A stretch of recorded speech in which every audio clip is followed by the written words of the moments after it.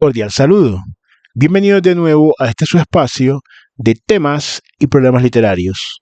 Yo soy Sundiata Keita, escritor, actualmente representante por el subsector de escritores independientes en el Consejo de Literatura del Distrito de Medellín. Continuando un poco con el examen, con un análisis que tratamos de que sea lo más formativo y respetuoso posible respecto de los tipos de relaciones que se dan en las comunidades literarias, tanto offline como online, que cada vez tienen un crecimiento pues exponencial debido al auge y debido a lo insustituible que se han vuelto muchas veces las redes sociales y cómo afectan las relaciones humanas. Hoy vamos a hablar de una breve tipología que merece y que vamos a seguir desarrollando en otros aspectos, porque lo más importante es aprender como escritores y como seres humanos a evitar ciertas conductas, ¿cierto? Si las detectamos en nosotros, porque puede que no sean conductas que nos lleven a un crecimiento personal, un crecimiento artístico, académico, intelectual.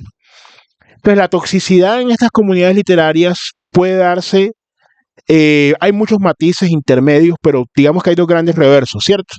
Ambos con una polaridad, por así decirlo, negativa, que uno preferiría o uno debería evitar. Lo primero tiene que ver con las sociedades de mutuo elogio o de aplauso pactado, ¿cierto?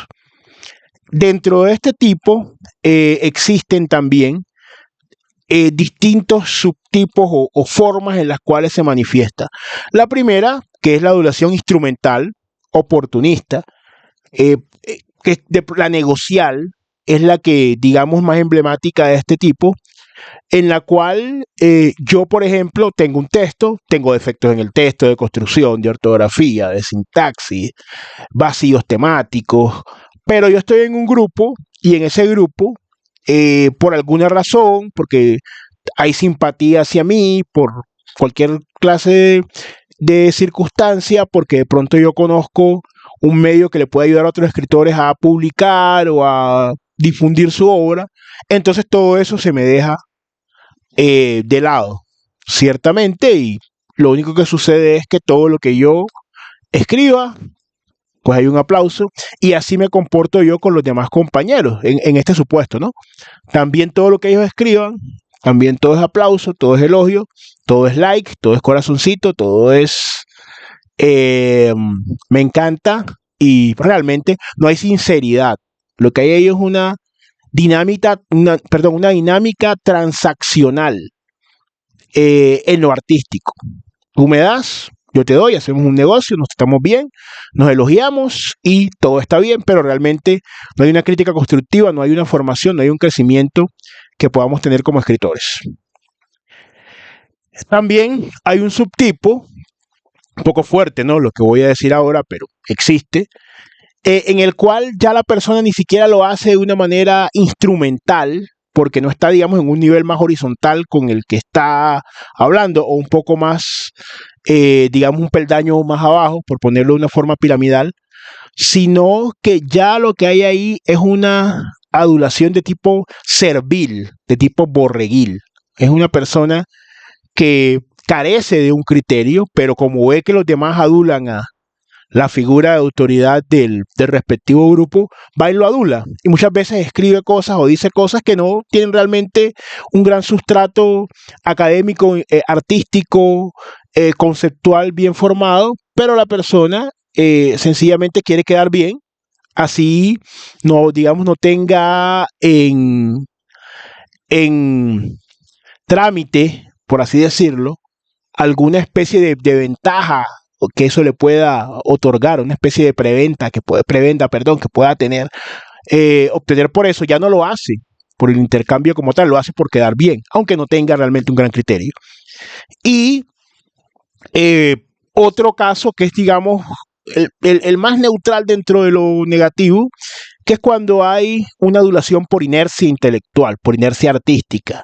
Es decir, la persona tiene una posición porque leyó a un escritor tal, apareció o al grupo llevaron a otro escritor con una posición completamente diferente. Entonces la persona varía, es decir, sin hacer un examen crítico, pese a que es una persona que se está formando, varía inmediatamente a la opinión mayoritaria del grupo porque el escritor tal o la escuela tal o la tendencia tal está en moda en tal parte y esto es lo que es la literatura ahora. Entonces la persona abandona todos los fundamentos que tiene y se va. Ahora, habría que entrar también a preguntar qué tan cimentada está esa concepción, qué tanta raíz tiene, qué tanta espina dorsal, qué tanta estructura, tanto cimiento tiene esa persona a nivel artístico, como creador, como lector, su percepción estética del mundo, que la varía de esa forma. Muchas veces sucede también hay un elemento también un poco emocional para no ser la voz discordante, entonces abandona, así sea de manera superficial, sus convicciones estéticas. No hay nada de malo en mudar, de hecho, mudar de postura, de hecho es un signo también de adaptabilidad y de hacer una autocrítica y tener un crecimiento, pero ciertamente puede ser un indicativo de alguna debilidad de orden también académico, ¿no? Porque no se logra cimentar una opinión solo por quedar bien. Estamos hablando, por eso hablamos de aplauso pactado, que sería la primera, o de aplauso regalado, o de aplauso concedido por no quedar mal. Esto muy rápidamente, como les comentaba. El otro extremo viene a ser una crítica acre, una crítica destructiva, corrosiva, siendo el primer tipo, más que de orden intelectual, de orden emocional. Ahí pueden darse las dos cosas. La primera crítica es una crítica cáustica, que suele darse mucho más en las comunidades online, porque es aunque también se da face to face, ¿no? Pero de todas maneras ve usted comentarios destructivos completamente, y ojo, ve comentarios que la persona que lo escribe se nota que sabe algo, ¿cierto? Estos días un comentario en Facebook lo eliminaron pues de uno de los grupos donde yo estoy, pues donde básicamente esa discusión muy válida y que yo también he estado y aún continúo en esa discusión, trato de hacerlo de una manera sana frente a la forma y la forma y el fondo en poesía. Esta persona que publicó el post en Facebook abogaba, quizá de una manera, digamos, autoritaria, quizá de una manera impositiva, por una especie de purismo en la forma y diciendo que era superior al fondo, pero muchas de las respuestas que tuvo fueron ya de orden agresivo, porque esta fue una persona que lo hizo en términos académicos, pero ya gente descalificando, gente con argumentos, diciendo que no, que tenía tantos años la persona, pues ya tenía cierta edad, el que la había publicado, que había perdido la vida, que no sabía nada de poesía, que bueno, y gente que sabía que tampoco tenía una gran fundamentación, pero quería entrar a criticar, unirse al tren de la crítica y saherir a la persona. Entonces, esto es un caso donde, digamos, pero muchas veces donde, digamos, tomaron elementos de la misma publicación para explayarse en la forma destructiva, la forma corrosiva, la forma cáustica, pero muchas veces se ven comentarios o más aún, alguien que comparte un poema que ha escrito, no siempre, ya en Facebook, como les comentaba anteriormente, eso por lo menos en las comunidades que yo he visto, se ha dejado un poco más de lado, ahora se da un poco más en Twitter, que es más corto, y las opiniones de pronto de una persona, y se ven descalificaciones de todo tipo, el meme utilizado como arma gráfica, ¿no? Como, por decirlo así, artillería de orden contemporáneo, ¿no? Y se le da ese uso, ¿no? Para ridiculizar. Entonces se nota eso. Entonces aquí puede haber personas, su intención es saherir, pueden ser personas que tengan una gran formación literaria, pero su carácter, su temperamento, su forma de ser, disfrute con saherir al otro por circunstancias de orden psicológico de cada persona, o gente que no sepa y le guste saherir, igual, vean que son fundacionalmente tipos de nivel académico distinto, confluyen en lo mismo porque su intención es saherir. Hay una crítica diletante, ahí sí hay un elemento, lógicamente, todo diletante es una persona que asume unos discursos y unas posturas realmente como si tuviese expertise en una materia, pero carece de eso, ese es el diletantismo, a grandes rasgos.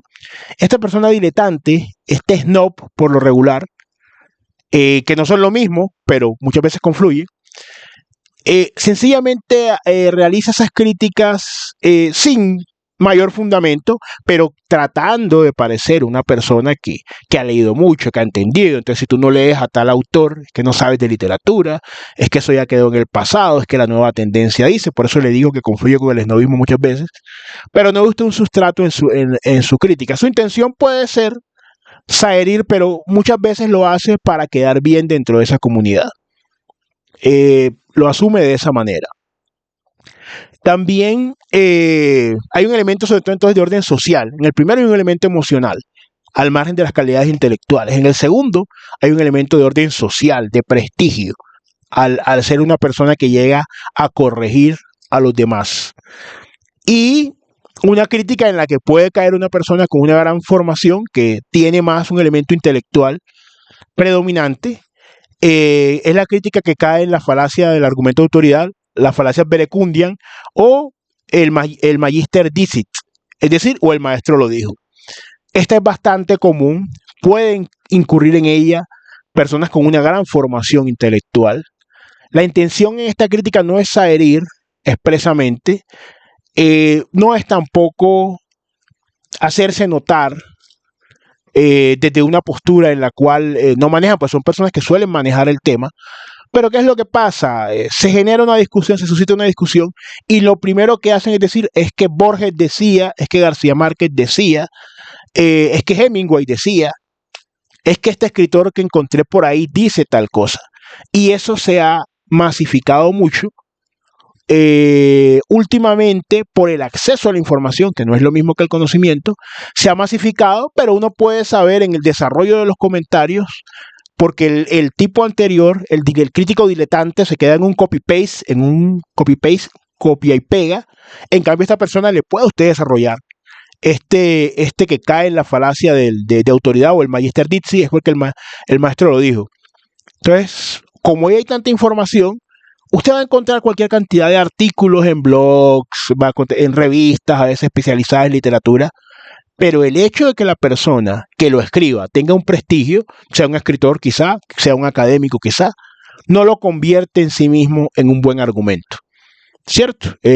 Por ejemplo, los seres humanos somos seres sociales. Aristóteles dijo, pues, el hombre es un ser político, social, pero eso más allá de ya la sociología y la ciencia política, al margen de Aristóteles lo pueden demostrar. Entonces no es así solo porque Aristóteles lo haya dicho. Igual en literatura pasan muchas cosas y hay muchas opiniones. Y pasa muchas veces eso, que uno encuentra personas que lo primero que hacen es su batería discursiva, por volver a esa analogía, tiene que ver entonces con lo que otra persona dijo y por qué esa persona tiene cierto tipo de autoridad. Entonces, lo más importante para ir cerrando parcialmente, ¿no? Pues esta primera exploración, porque como les digo, cada uno de esos tipos merece un estudio aparte. Lo más importante es tener un criterio propio. ¿Eso cómo se logra? Se logra con la lectura y el análisis, porque muchas veces nos quedamos, me ha pasado, nos quedamos a veces en la superficie de un texto y muchas veces no alcanzamos a analizarlo, a digerirlo completamente, porque hay textos de texto, hay textos que son mucho más pesados. Y como no lo digerimos completamente, no lo integramos a nuestra estructura discursiva, a nuestra estructura argumentativa, a nuestro esquema mental de pensamiento, y no vamos desarrollando un criterio. Hay que desarrollar criterio. Eso se logra no solamente con la lectura, porque hay gente que lee mucho, que entiende lo que ha leído, pero que cuando usted le pregunta al final, y eso es los profesores estarán más familiarizados con esta situación que yo, no es capaz esa persona de desarrollar un pensamiento propio, crítico de eso que leyó y que comprendió, pero le falta un paso. Muchas veces nos quedamos en ese proceso. Entonces es importante desarrollar ese criterio, es importante siempre cuestionar la fuente, quién lo dijo, por qué lo dijo, qué argumentos está dando. Me parecen a mí esos argumentos razonables. Y entender que en literatura pues no hay verdades axiomáticas, no hay verdades como en la matemática, en la geometría, ¿no? Que hay argumentos y que uno puede cambiar, claro que sí, los puede ir mejorando, pero siempre debe ser producto de una reflexión personal, de una experiencia creativa y no porque otro lo dijo, pues, y de la misma forma lograr un equilibrio, un balanceo en esto no es fácil, pero se puede lograr. Entonces, como siempre, agradecidos por su permanencia en el canal, invitándolos a suscribirse, a compartir y nos veremos entonces en un próximo episodio.